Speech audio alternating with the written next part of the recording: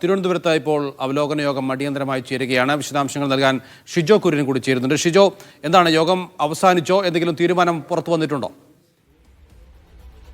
യോഗം ഇപ്പോഴും തുടരുകയാണ്. യോഗം അവസാനിച്ചിട്ടില്ല. എന്തായാലും കഴിഞ്ഞ ഏതാനും മണിക്കൂറുകളായി ശക്തമായ മഴയായിരുന്നു തിരുവനന്തപുരത്ത് ഉള്ളത്. തിരുവനന്തപുരത്തിന്റെ നഗരപ്രദേശങ്ങളിലും അതോടൊപ്പം തന്നെ പുറത്തിട്ടും ഗ്രാമങ്ങളിലൊക്കെ ശക്തമായ മഴ പെയ്യുകയായിരുന്നു. ആ ഒരു സാഹചര്യത്തിലാണ് ഇത്തരത്തിൽ അടിയന്തരമായി തന്നെ യോഗം ചേരാൻ തീരുമാനിച്ചിരുന്നത്. മന്ത്രി വി ശിവൻകുട്ടി അതോടൊപ്പം തന്നെ റിയാസ്, ഈ രണ്ട് മിനിസ്റ്റർമാരുടെ നേതൃത്വത്തിൽ ജില്ലയിൽ നിന്നുള്ള MLA-മാരും മറ്റ് ജനപ്രതിനിധികളും ഉദ്യോഗസ്ഥരൊക്കെയാണ് ഈ യോഗത്തിൽ പങ്കെടുക്കുന്നത്. വിവിധയിടങ്ങളിൽ വെള്ളക്കെട്ടുകൾ ഉണ്ടായിട്ടുണ്ട്. അത്തരം സ്ഥലങ്ങളിൽ നിന്നൊക്കെ ആളുകളെ മാറ്റുന്നത് ഉള്ള കാര്യങ്ങൾ, അതോടൊപ്പം തന്നെ ഈ വെള്ളക്കെട്ട് ഒഴിവാക്കുന്നതിനുള്ള നടപടികൾ സ്വീകരിക്കുക ഉൾപ്പെടെയുള്ള കാര്യങ്ങളാണ് ഇപ്പോൾ വിശദമായി ചർച്ച ചെയ്തുകൊണ്ടിരിക്കുന്നത്.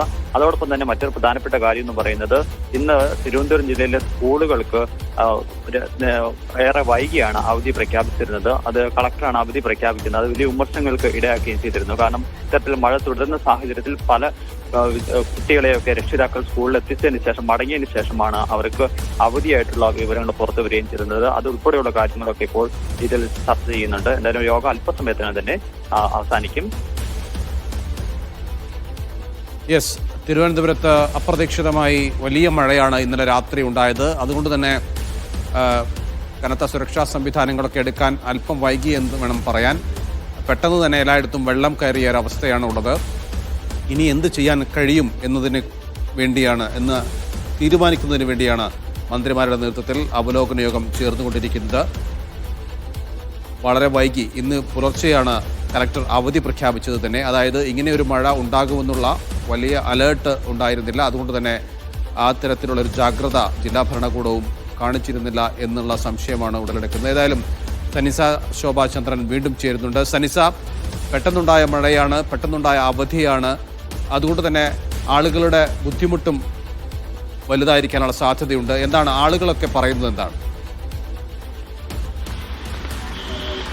നൗഫൽ, നമുക്ക് അവരോട് തന്നെ ചോദിക്കാം. ഈ വെള്ളക്കെട്ടൊക്കെ രൂക്ഷമായതോടെ വളരെ ബുദ്ധിമുട്ടുന്ന നിലയിലാണ് ഇവിടെ കാര്യങ്ങൾ പോകുന്നത്. ഇവിടെ ജനങ്ങൾ ഇവിടുത്തെ താമസക്കാർ തന്നെ ഉണ്ട്. ഇവർ മഴയായതുകൊണ്ട് കടയരികിലും ഒക്കെ കയറി നിൽക്കുന്ന ഒരു സ്ഥിതിയാണ്.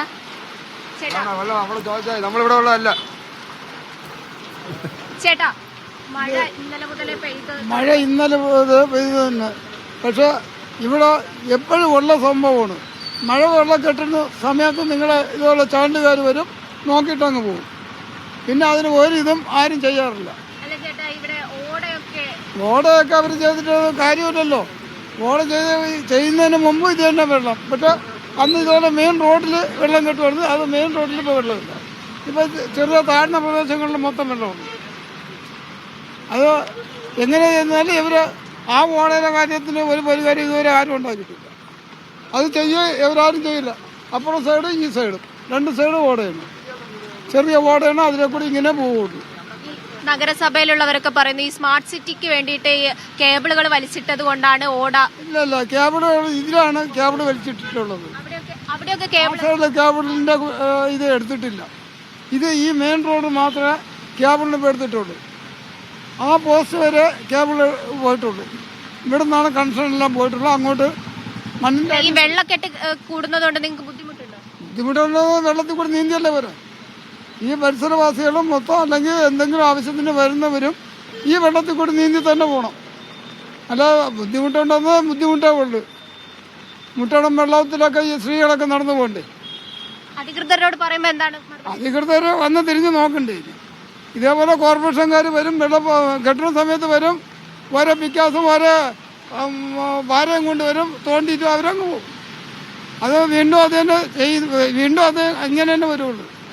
അല്ല അതിനു വേണ്ട ഇതുവരെ എത്ര കാലം കൊണ്ട് ഇതേപോലെ നടക്കുന്നുണ്ട്. എന്തെങ്കിലും ചെയ്യണുണ്ടോ? ആരും ഒന്നും ചെയ്തില്ല. വെള്ളക്കെട്ട് വരുമ്പോഴത്തേക്ക് ചാനലുകാരെ വിളിച്ച് അറിയിക്കും. എല്ലാ ചാനലുകാരും 5:30 മണി തൊട്ട് ചാനലുകാരെ ബഹളമാണ് ഇവിടെ.